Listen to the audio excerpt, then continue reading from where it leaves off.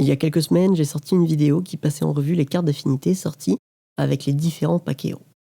J'ai bien kiffé faire ça, mais je n'avais pas vraiment écrit la vidéo au préalable et cela m'a alors donné l'idée d'un concept plus poussé. Écrit, épisodique, avec une belle voix off et de jolies images au montage, permettant alors un petit retour dans le temps, du moins pour cet épisode. Nous allons donc passer en revue les différents héros sortis dans Marvel Champions. Mais je vais essayer de pousser un petit peu mon argumentation, pour au final dresser ma propre tier list, toutefois non sans moultes explications. Ainsi, quelques petites choses à savoir avant de commencer. Déjà, je ne me baserai ici que sur les héros purs, c'est-à-dire que je ne prendrai en compte aucune affinité. On parlera seulement du deck héros, des 15 cartes qui lui sont propres, et on l'analysera en conséquence, en mettant en évidence ses avantages et ses inconvénients. Cela nous permettra aussi de faire un très bref tour du côté des Némésis, mais surtout, cela nous permettra de dresser une review un peu plus poussée de chacun des héros. De plus, et afin de parler en connaissance de cause, j'aborderai dans la plupart des cas le jeu sous un aspect exclusivement solo. Bien que cela n'ait pas réellement d'impact sur la majorité des héros, il se peut que mon avis se retrouve tout de même biaisé sur des héros comme Thor ou encore Miss Hulk, que nous verrons dans cet épisode notamment. Aussi, il est de mon devoir de vous prévenir que je n'ai pas la même expérience avec tous les héros dont je vais vous parler. Certains m'ont accompagné durant des dizaines de parties, même plus. D'autres ne m'ont accompagné que pendant 2 parties. Il se peut que je n'exagère même pas pour certains. Alors dans ce dernier cas, un disclaimer sera présent afin de vous en informer. Mais sachez que dans tous les cas, en écrivant cette vidéo, je me suis repenché sur chacun des héros, un à un, parfois en refaisant des parties car je n'avais que trop peu joué avec, d'autres fois en ne dressant qu'une analyse précise du deck et de pourquoi je ne faisais justement pas plus de parties avec ce héros. Enfin, le concept se voulant complet, il sera alors épisodique. Difficile en effet de parler en détail de la quinzaine de héros sortis à ce jour. Dépendra de la date de parution de cette vidéo, sans devoir en faire un long métrage de 2h30. Ainsi, commençons tout de suite avec le premier épisode, dans lequel nous allons nous attaquer au héros du corset. Commencer cette présentation du corset avec T'Challa pourrait paraître étrange, à l'exception du fait que je pourrais avoir choisi de détailler les héros de cette boîte de base dans l'ordre alphabétique. Mais en réalité, j'ai décidé de commencer par Black Panther car c'est avec lui que j'ai réellement commencé le jeu. Et cela me tient alors à cœur. Un de mes héros Marvel préférés hors Marvel Champions, c'est d'ailleurs ce héros qui m'a fait acheter mon tout premier comics. J'aime son style, sa simplicité et ce qu'il représente dans l'histoire de la pop culture.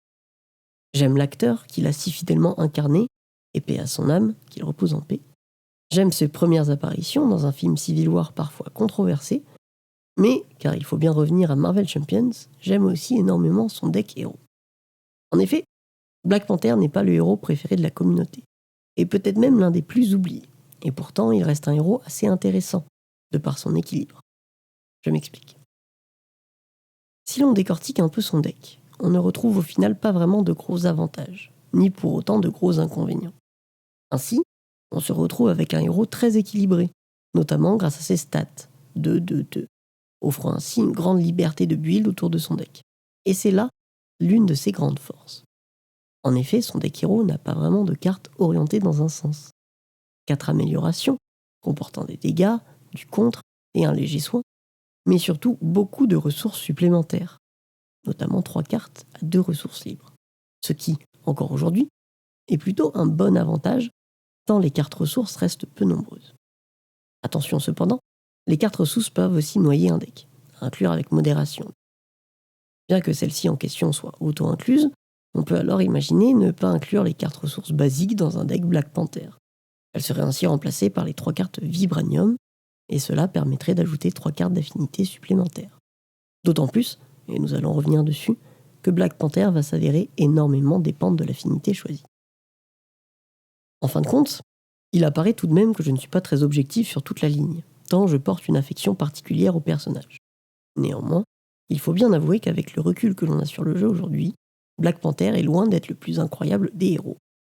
Très équilibré, certes, trop même, car il manque d'une réelle mécanique. Et quelques améliorations paraissent aujourd'hui un peu fades et sans gros impact sur le jeu. Elles sont finalement assez faibles et ne sont déclenchées qu'avec Wakanda Forever, c'est-à-dire absolument pas à chaque tour. Comparé à un Iron Man qui enchaîne les effets d'amélioration une fois build, Black Panther apparaît alors assez neutre, insipide, sans grosse incidence, sans réel fun. Wakanda éternel, justement, parlons-en. C'est nécessaire au vu de la mécanique, mais ça représente un tiers de son deck héros. C'est énorme en termes de pertes. 5 cartes pour déclencher une suite d'améliorations pas si game breaker en fin de compte, pas si simple à build, bien que T'Challa possède Shuri, l'une des alliées spécifiques les plus utiles du jeu en ce sens. Cela rend donc son deck assez peu utile en fin de compte. D'où son équilibre, d'où le fait que T'Challa va alors se retrouver beaucoup plus dépendant de l'affinité choisie que de son propre deck. Pour terminer, il semblerait que T'Challa soit bon et équilibré, mais sur la durée. Rarement un tour de jeu ne renversera la situation. On réalisera alors des tours constants, sur toute la longueur de la partie, en infligeant par exemple des dégâts au compte-gouttes. Concernant sa Némésis, car c'est là l'un des rares formats sur lequel on pourra revenir sur les Némésis de chacun de nos héros, Killmonger n'est pas la pire Némésis du jeu, ces cartes n'étant pas vraiment contraignantes pour T'Challa. En fait, c'est juste le personnage en lui-même qui peut s'avérer embêtant, car ne pouvant subir aucun dégât de la part des améliorations de notre héros, et possédant quand même 5 points de vie, ce qui n'est pas rien. Enfin, petite conclusion, qui deviendra un peu la tradition de ce format, je vais de manière très théorique définir un méchant contre lequel notre héros est particulièrement puissant, et un méchant contre lequel il peut réellement se retrouver en difficulté. Dans ce dernier cas, le pire adversaire de Black Panther dans les comics n'est autre que Klaue. Et c'est aussi peut-être le méchant le plus complexe avec la panthère, car il peut nous contraindre à défausser une amélioration, et peut surtout vite créer un effet boule de neige sur la partie. Un effet de snowball, tant Black Panther peut parfois faire durer une game, et Klaue peut lui l'accélérer très vite. En revanche, on peut considérer qu'Ultron est plus simple à appréhender, car Black Panther a une très bonne capacité à infliger pas mal de petits dégâts, répartis sur plusieurs ennemis. Il a aussi sa capacité de riposte. Cela fait alors des drones d'Ultron de la vraie chair à canon, sans grande complexité. Pour résumer Black Panther en une phrase, on pourrait parler d'équilibre au détriment du fun. Un des meilleurs héros de la boîte de base, à n'en pas douter, et c'est celui qui convainc le plus les néophytes. Et c'est Spidey, donc c'est aussi le plus populaire auprès des fans. Cependant, étrangement, c'est aussi celui que j'ai le moins joué après She-Hulk. Comme tout le monde, je pense, j'ai fait mes premières parties avec, mais je l'ai rapidement laissé de côté pour une raison que j'ignore. J'ai donc un regard de débutant sur ce perso, alors disclaimer. Néanmoins, en ressortant les cartes de Spidey, je dois bien avouer avoir ressenti une légère hype pour rejouer avec. En effet, héros du tutoriel, Spidey n'en est pas moins encore l'un des meilleurs héros du jeu, et potentiellement l'un des meilleurs de ce corset. En effet, grâce au salto arrière, pris dans la toile, sens d'araignée amélioré, ou encore à son 3 de défense, Spidey est tout simplement invincible. Impossible à tuer. En plus de ça, pour peu que vous réussissiez à vous prendre une attaque dans le nez, Tante May est là pour vous assurer une récup de 4 points de vie, ce qui est tout simplement énorme, bien que seulement en alter ego. Petit aparté surpris dans la toile, l'une des cartes les plus intéressantes du set, permettant un double stun du méchant, qui peut paraître coûteuse au premier abord, mais qui vous permet 2 tours de répit non négligeables, soit largement assez pour que les 4 ressources dépensées deviennent rentables. Cependant, bien qu'invincible et plutôt puissant grâce aux 3 exemplaires de coups de pied en balancier infligeant 8 dégâts à chacun, et je ne parle même pas de son pouvoir de pioche juste insane, Spidey a tout de même quelques défauts. Le premier étant sa faiblesse en contre. Seulement un en caractéristique de base, et un Spider Tracer assez faible et difficile à utiliser. C'est d'ailleurs pour ça qu'il est le plus souvent joué en justice, et cela fait alors totalement sens. C'est bien la seule faiblesse de notre ami l'araignée. Bien que l'on puisse aussi mettre en évidence une capacité d'alter ego, un peu inutile, en générer une ressource c'est cool, mais pas forcément incroyable en alter ego, et le fait d'en générer une mentale est assez anecdotique. De plus, encore une fois basé sur la génération d'énergie mentale, Black Cat représente l'un des alliés spécifiques les plus faibles du jeu à mon sens. Ce qui vient en soi rééquilibrer le personnage. La seule utilité que je vois au personnage est d'aller récupérer un coup de pied en balancier, mais ce n'est pas ce qui va retourner le cours de la partie. Petit point Némésis, comme j'aime à le faire, le vautour peut s'avérer assez chiant. Et pour cause, pas mal d'effets de défausse d'une carte de notre main, et un coup rapide qui peut surprendre avec 3 de dégâts. Sinon, pas grand chose à redire sur celui-là. Pour conclure avec les méchants adaptés et inadaptés, j'aurais tendance à penser qu'un méchant basé sur la manigance peut s'avérer un peu plus compliqué, surtout si l'affinité justice n'est pas celle choisie avec Spider-Man.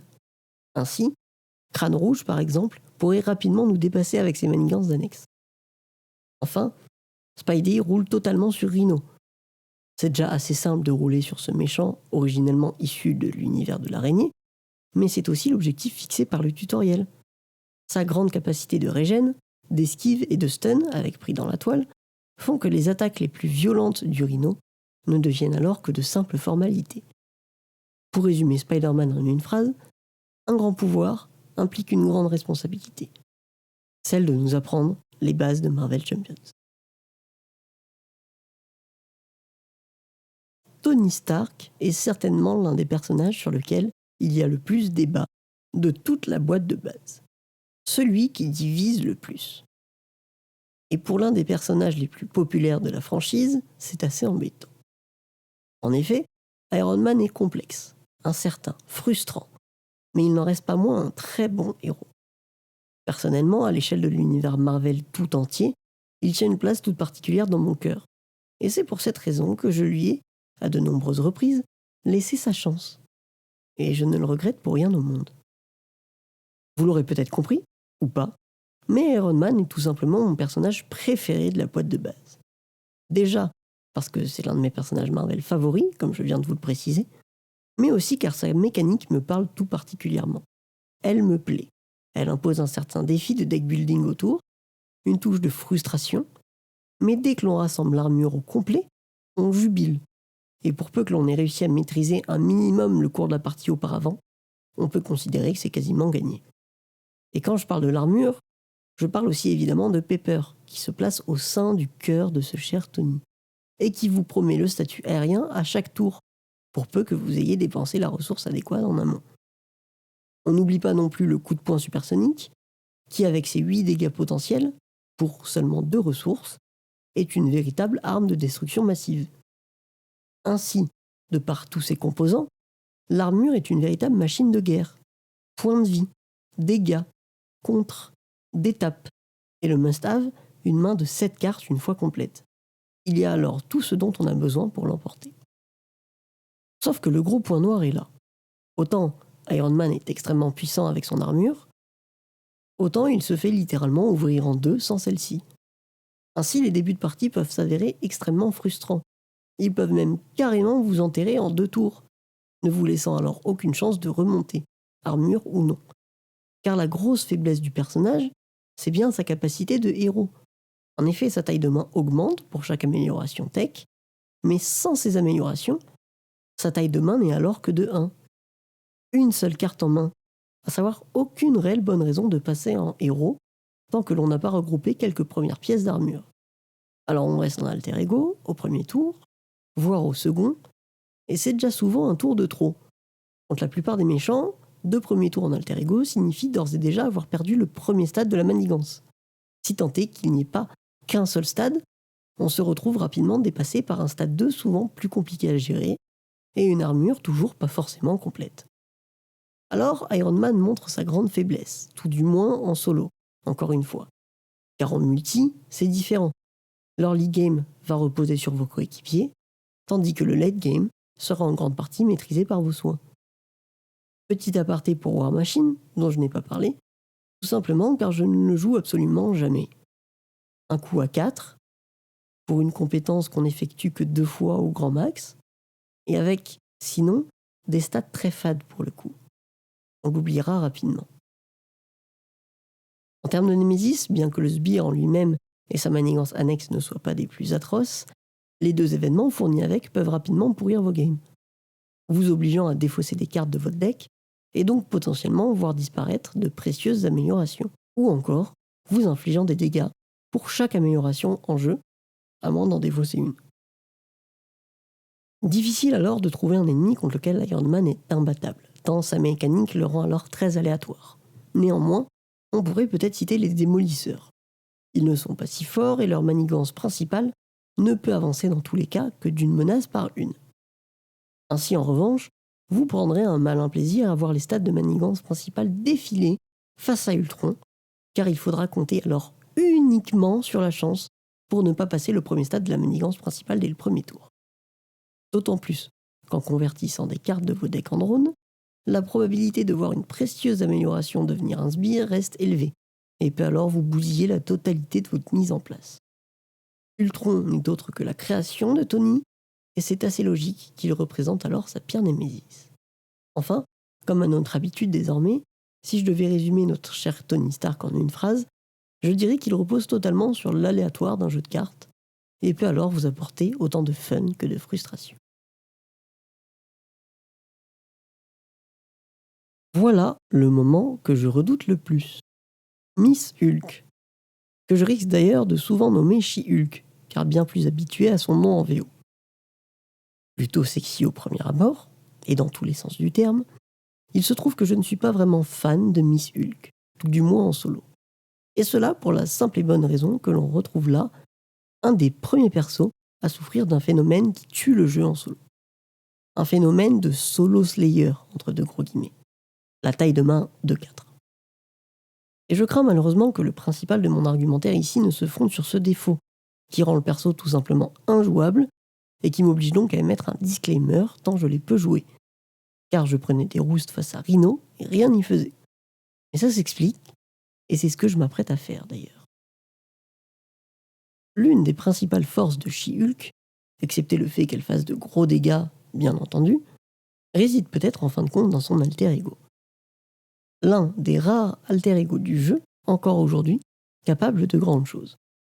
En effet, et c'est d'ailleurs très fluff, étant avocate, Jennifer Walters a une assez étonnante capacité à gérer la manigance en alter ego. Et heureusement, car c'est là votre seule chance de victoire. Ce qui est assez fou, c'est que ça en fait l'un des premiers persos où le changement de forme régulier devient alors utile, voire quasi obligatoire. Ant-Man n'a alors rien inventé, bien que l'on pourrait regretter que le deck de She-Hulk ne soit pas plus exagéré dans cette optique, justement. Pour étayer mon propos, She-Hulk ne dispose pas moins de 5 possibilités de contre en alter ego. 2 événements pratiques de la loi, tout de même très coûteux, car nécessitant de défausser des cartes. Un soutien, coûtant une ressource par activation. Une interruption d'alter ego, et, un peu plus tiré par les cheveux certes, un allié qui contre à 2 et qui peut faire des allers-retours entre notre board et notre main. Mais un allié qui coûte 3 et qui résume tout le problème. Toutes ces solutions sont bien trop chères. Et cela me permet de faire directement le lien avec ce phénomène de Solo Slayer. 4 cartes en main sous forme de héros, autant vous dire qu'avec une main si grande, il ne faut pas vous attendre à jouer plus d'une carte par tour. Et en solo, ça, c'est destructeur.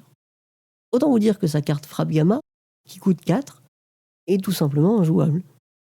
Et c'est d'ailleurs une aberration de conception. Alors certes, il existe des cartes pour générer des ressources, des manoirs des Avengers, Ellie Porter, Queen Porter, mais ce sont là encore des cartes qui coûtent 3, 4 même pour le manoir, et qui sont quasi impossibles à mettre en place avec une main de 4.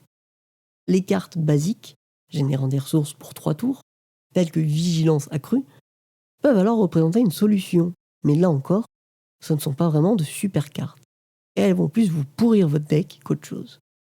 Alors on croise les doigts pour piocher une carte ressource à chaque tour. Mais il ne faut pas confondre rêve et réalité. Et cela va alors mettre en évidence le problème de She-Hulk. En héros, on privilégiera les dégâts, on va tenter de rusher la vie du méchant pour ne pas perdre de temps, en ne jouant cependant quasiment qu'une carte par tour. Mais ce rush va être interrompu par un besoin constant de passer en alter ego, pour piocher des cartes, et pour contrer. Mais les cartes qu'on pioche nous servent à contrer, donc on n'en garde pas vraiment sous la main.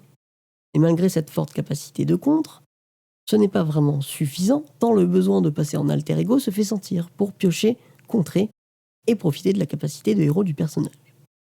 On est alors condamné à prendre de la menace et la réussite se trouve rarement au bout du tunnel. Et l'on conjugue ensuite tout ça avec une némésis très forte qui ne vient en rien faciliter le personnage, avec notamment une manigance annexe qui rentre en jeu avec 4 menaces en solo et une icône de crise. Donc autant vous dire que cela vous enterre dans la plupart des cas. Et on ne parlera pas de l'obligation qui met en jeu un pion à accélération si l'on ne peut pas la retirer de la partie. Autant vous dire qu'il vous sera quasiment impossible de gagner une partie contre Rhino, sa manigance principale s'achevant à 7 en solo, ne vous laissant que trop peu de marge de manœuvre. En revanche, un personnage comme Ultron peut-être, avec des manigances un peu plus larges, et notamment grâce à l'événement piétinement qui inflige un dégât à chaque ennemi, sera alors plus gérable. On a là un perso vraiment tentant, avec beaucoup d'idées dans sa conception, et qui reste très fluff. Néanmoins, on ressent vite de gros problèmes d'équilibrage en solo. Un équilibre de personnage qui n'apparaît alors comme étant qu'une simple couverture. Pour résumer Miss Hulk en une phrase, voire un mot, je dirais multijoueur. Et si l'on avait gardé le meilleur pour la fin ? Captain Marvel, le 5e et dernier héros de ce corset, héros que beaucoup d'entre nous ont découvert en second, juste après Spider-Man, tel que conseillé par le guide d'initiation. Un héros qui repose sur une notion que je n'ai que beaucoup trop citée dans cette vidéo, l'équilibre. Mais c'est grâce à cet équilibre que Captain Marvel s'impose alors, en mon sens, comme l'un, si ce n'est le meilleur héros de ce corset. Explication.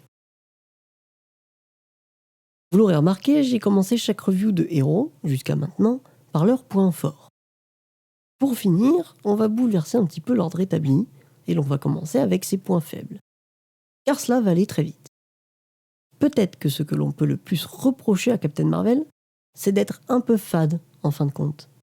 De souffrir un peu de l'effet Black Panther. Un très bon équilibrage, en dépit d'une réelle innovation de gameplay. En dépit d'une vraie mécanique propre au personnage.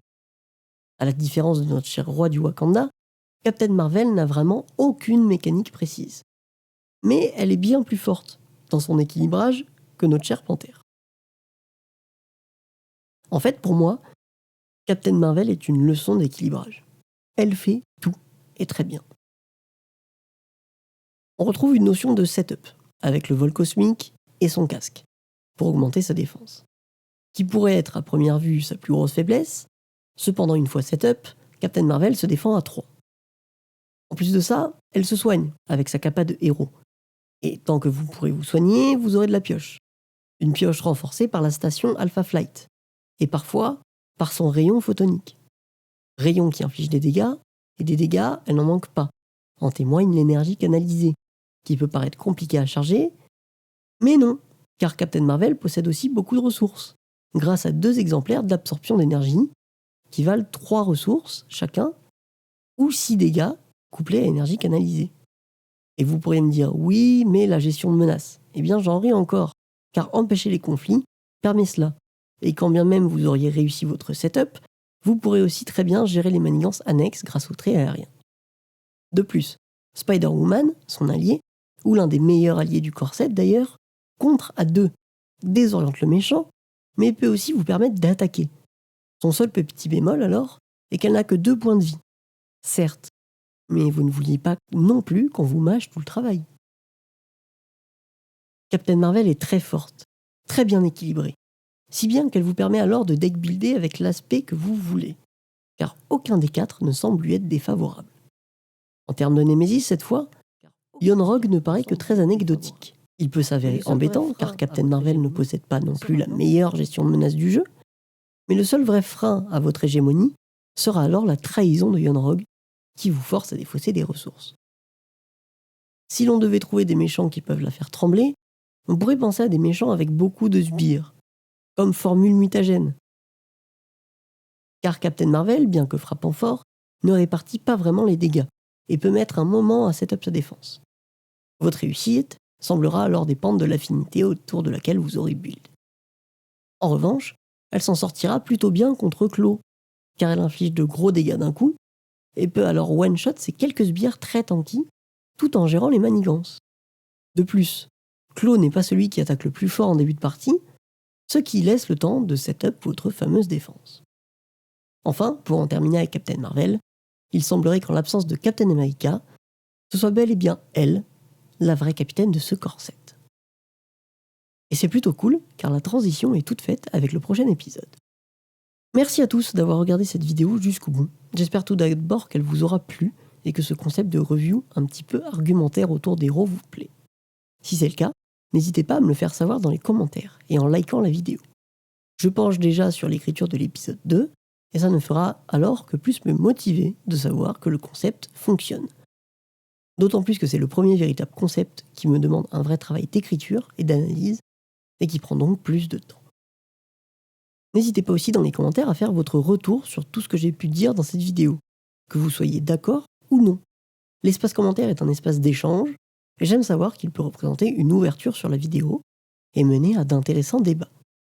En parlant d'ouverture, je ne saurais vous conseiller les vidéos de Beat the Game, lien dans la description, qui a fait des parties spécifiques pouvant compléter mon propos avec chacun des héros du jeu.